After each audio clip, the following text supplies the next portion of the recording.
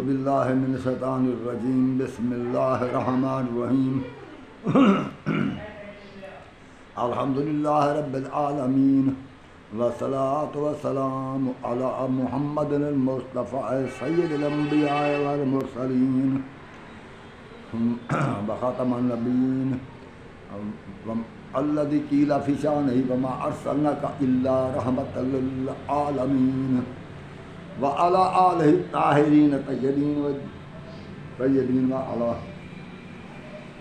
وعلى آلہ الطاہرین الطیبین اما بعد فقد قال اللہ تعالی فی القرآن المجید والفرقان الحمید اعوذ باللہ من الشیطان الرجیم بسم اللہ الرحمن الرحیم لا اقسم بهذا البلد وانت حل بهذا البلد وبلد وما ولد صدق اللہ العلی العظیم وصدق رسولہ النبی الکریم۔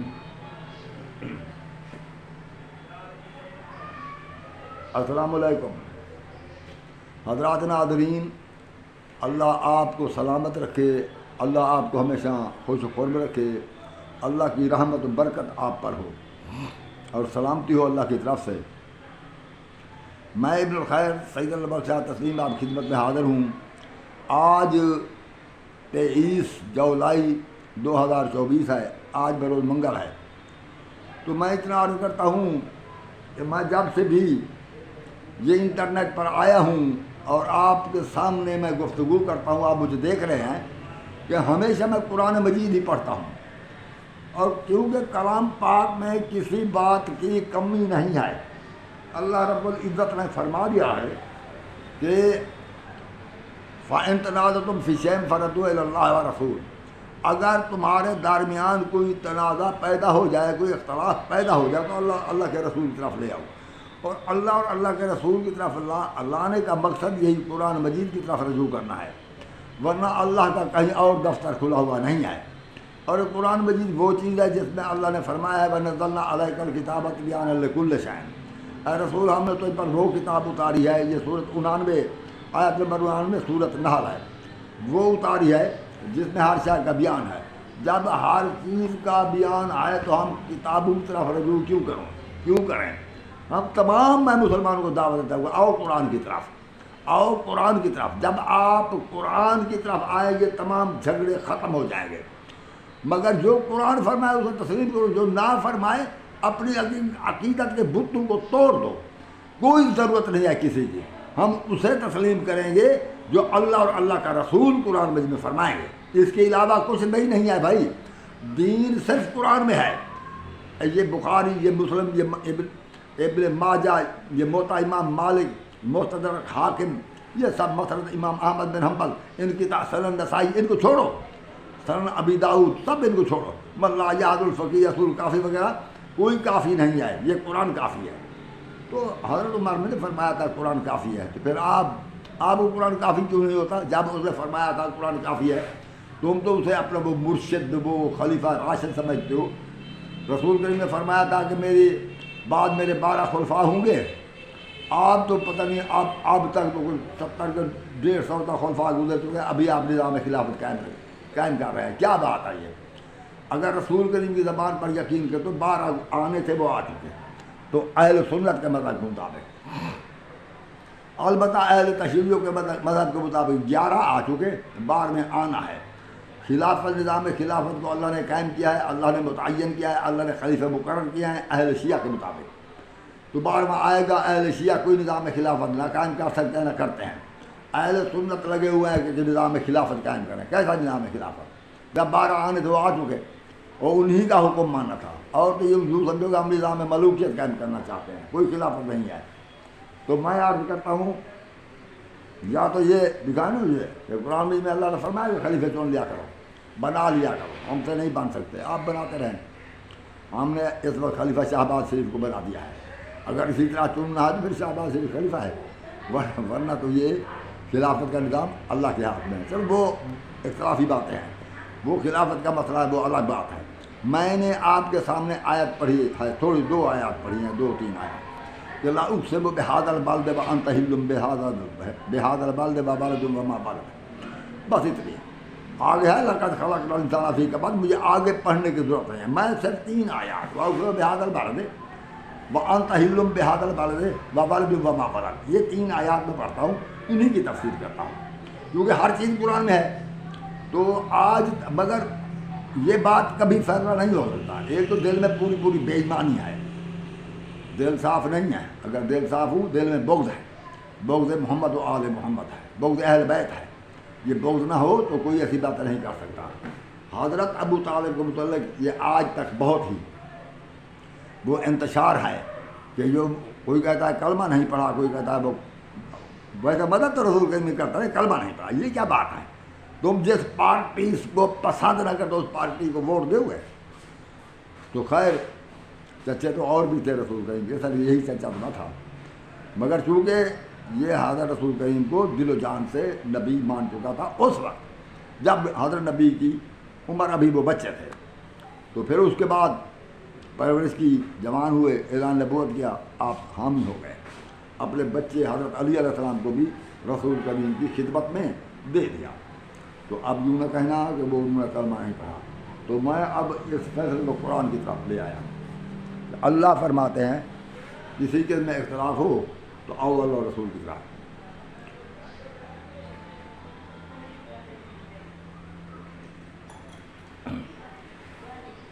تو ہم اللہ رسول کی طرف آئے ہیں، شرط ہے کہ آپ نہ مولوی صاحب سے پوچھیں گے. مولوی صاحب کا کام جو ہے انہیں حق چھپانا ہے، حق ظاہر نہیں کرنا، یہ کام ہے مولوی صاحب. بڑے ماہر ہو چکے ہیں مولوی صاحب، حق چھپانے میں اپنا ثانی نہیں رکھتے.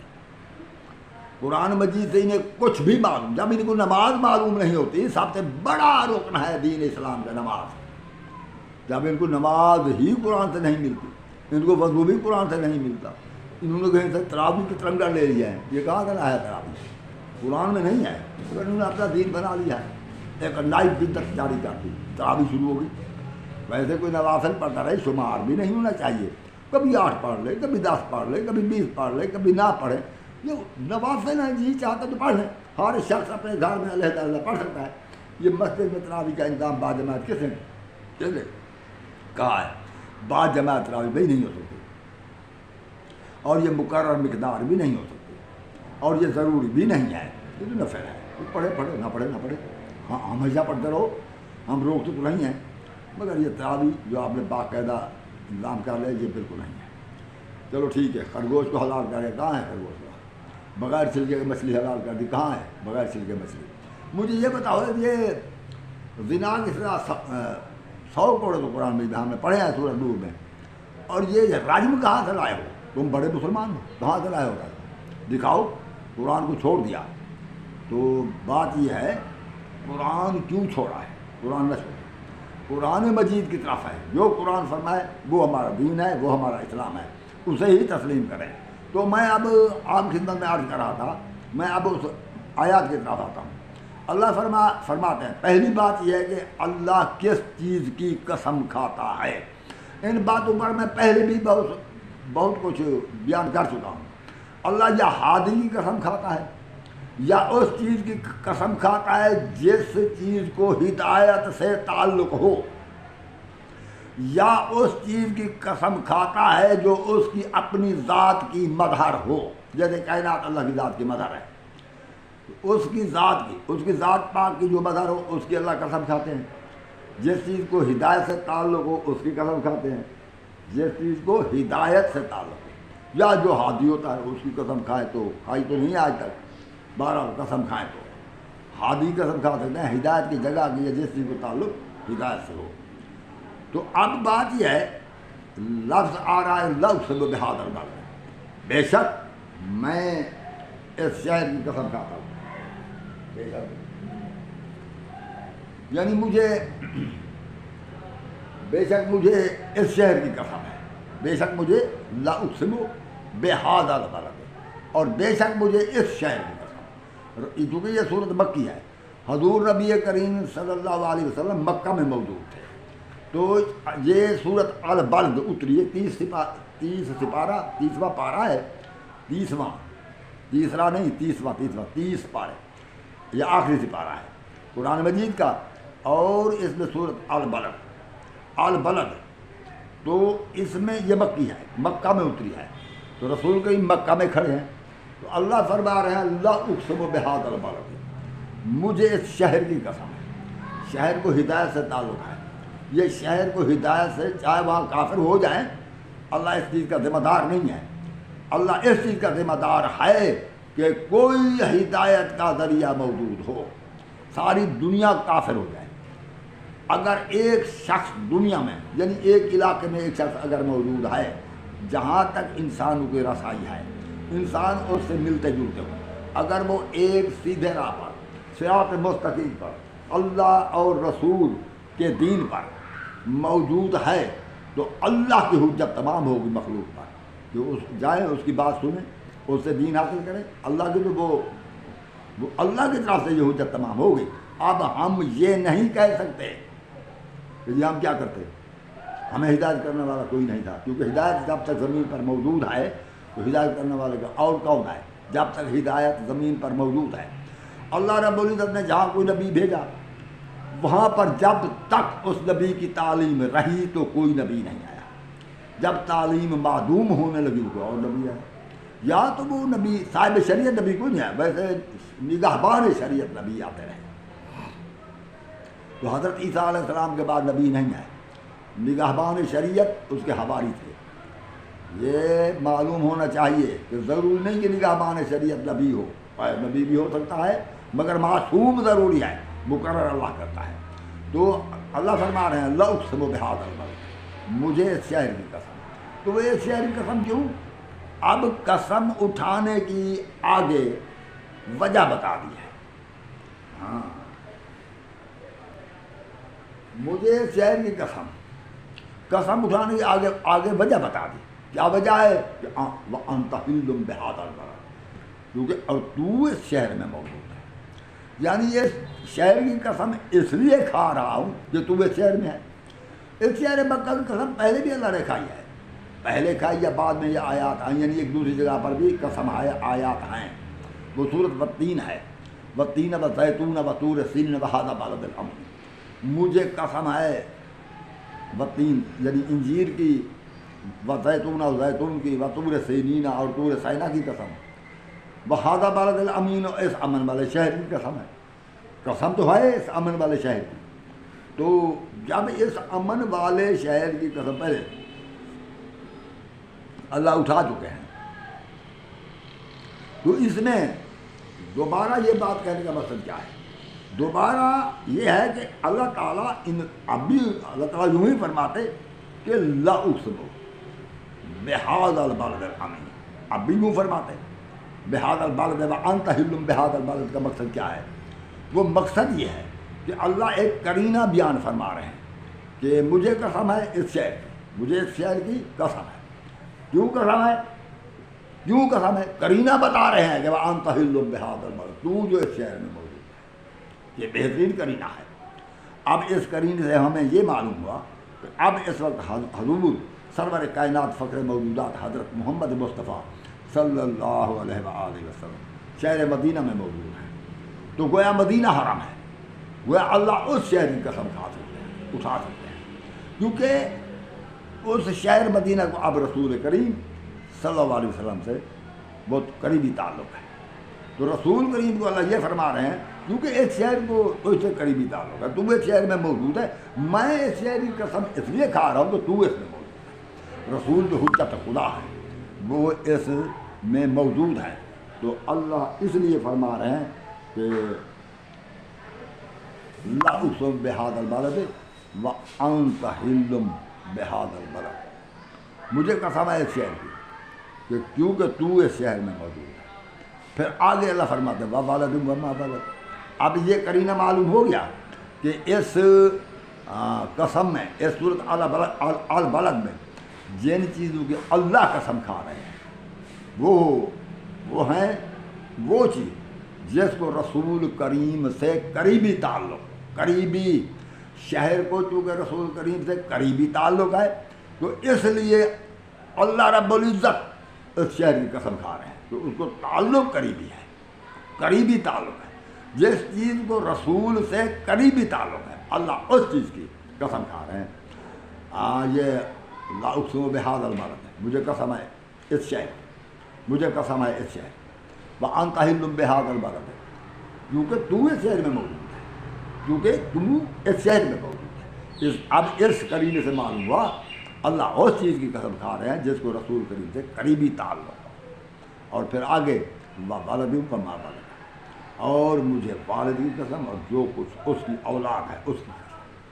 اب دیکھنا یہ ہوگا کہ والد ہادی ہو، اس کو ہدایت سے تعلق ہے، اور اس کی اولاد کو بھی ہدایت سے تعلق ہو، اور وہ رسول کریم کا قریبی بھی ہو، یعنی قریبی بھی ہو، رسول کے قریبی بھی قریب بھی ہو، دور نہ ہو، نہ تو وقت کے لحاظ سے دور ہو، یعنی کہ اسے بہت عرصہ گزر چکا ہو، کیونکہ یہ اس چیز کی قسم اللہ کھا رہے ہیں جس کو رسول کریم سے قریبی تعلق ہے، نہ وقت کے لحاظ سے دور ہو، اور نہ فاصلے کے لحاظ سے دور ہو، اور نہ رشتے کے لحاظ سے دور ہو. وہ ایسا والد جو رسول کریم کے ساتھ ایسے ایسے، اور وہ ایک ہی مقصد میں اس کے ساتھ شامل ہے، مقصد ایک، وہی مقصد تبلیغ اسلام، اسی مقصد میں وہ والد شامل ہے، شامل ہو اسی مقصد میں. یعنی کہ مقصد یہ ہے کہ تعلق کے لحاظ سے قریب، فاصلے کے لحاظ سے قریب، وقت کے لحاظ سے قریب، اور امر جو رسول کریم انجام دے رہے ہیں اس کے لحاظ سے بھی قریب. ہر صورت میں جو قریب ہو وہ والد تلاش کرو. اور اب میں بہت سے ابو تھے، ابو جہل بھی تھے، ابو لہب بھی تھے، ابو سفیان بھی تھے، ابو بکر بھی تھے، بڑے ابو تھے، مگر کون ابو ہے جو رسول کریم کی اس صورت قریب ہو، یعنی فاصلے کے لحاظ سے قریب، دور نہ ہو، عرصے کے وقت کے لحاظ سے قریب، بہت پہلے نہ گزرا ہو، امر کے لحاظ کے یعنی ایک مقصد کے لحاظ سے قریب، رشتہ کے لحاظ سے قریب، ایسا ابو تلاش کرنا.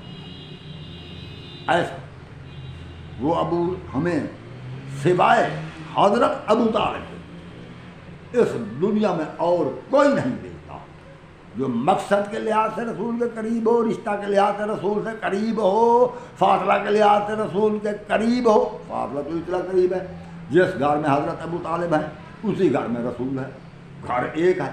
فاصلہ اتنا قریب ہے، جس مقصد کے لیے رسول ہے اسی مقصد کے لیے ساتھ ساتھ حضرت ابو طالب کی معاونت ہے.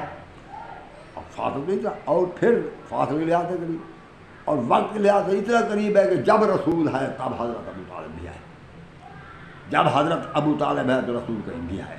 فاصلے کے لحاظ سے قریب اور وقت کے لحاظ سے قریب اور رشتہ کے لحاظ سے قریب، کہ چچا ہے، سگا چچا، رشتہ کے لحاظ سے قریب، اور مقصد ایک ہے، مقصد کے لحاظ سے قریب.